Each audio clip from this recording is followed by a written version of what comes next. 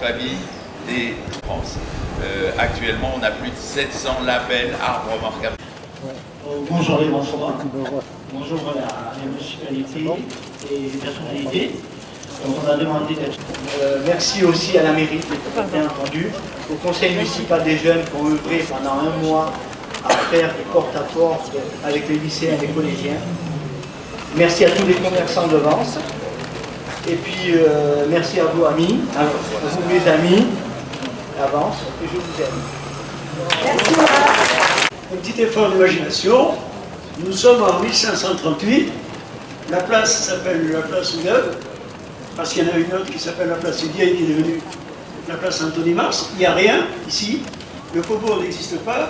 Il n'y a que la tour et les remparts.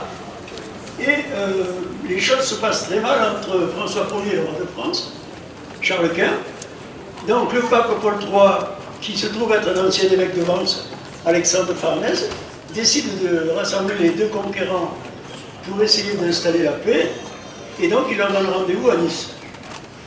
La rencontre se déroule en juin 1538. Le roi prévoit de venir à Vence quelques jours après. Finalement, les discussions vont tellement vite que la paix est signée le 21 juin 1538. Chacun repart chez lui, sauf que l'idée de planter l'arbre est restée.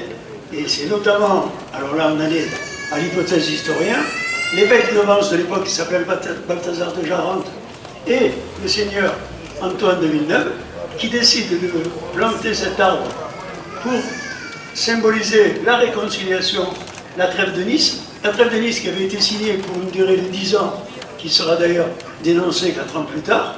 Mais cet arbre est donc le symbole de la réconciliation entre Charles Quint et François Ier au moment de la trêve de Nice.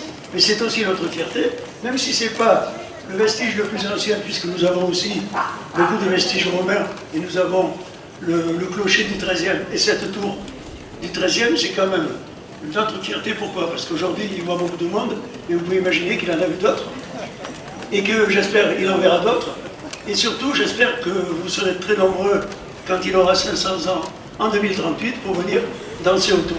Merci. Aussi nombreux aujourd'hui, donc je remercie particulièrement la présence des légendes que vous venez de relater.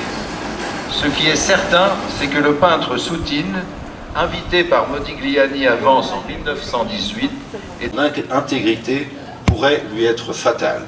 Il en est de même pour la nature toute